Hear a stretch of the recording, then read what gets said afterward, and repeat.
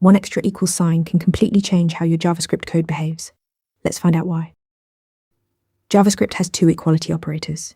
Triple equals, also called strict equality, checks both the value and the type. It never performs type coercion. Double equals, or loose equality, performs type coercion before comparing.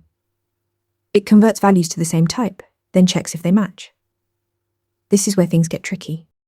Here's a concrete example. The string 5 double equals the number 5 returns true because JavaScript converts the string to a number first. But the string 5 triple equals the number 5 returns false because they're different types. No coercion happens. You also see this with null and undefined. Double equals says they're equal, but triple equals says they're not. So which should you use?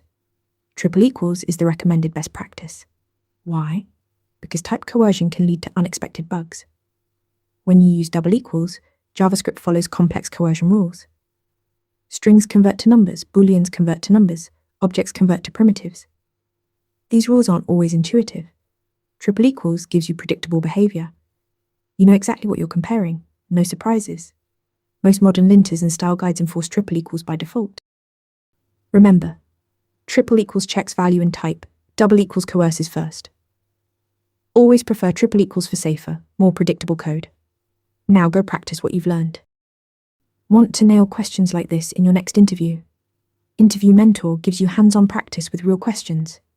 Every answer gets a grade with specific, personalized feedback.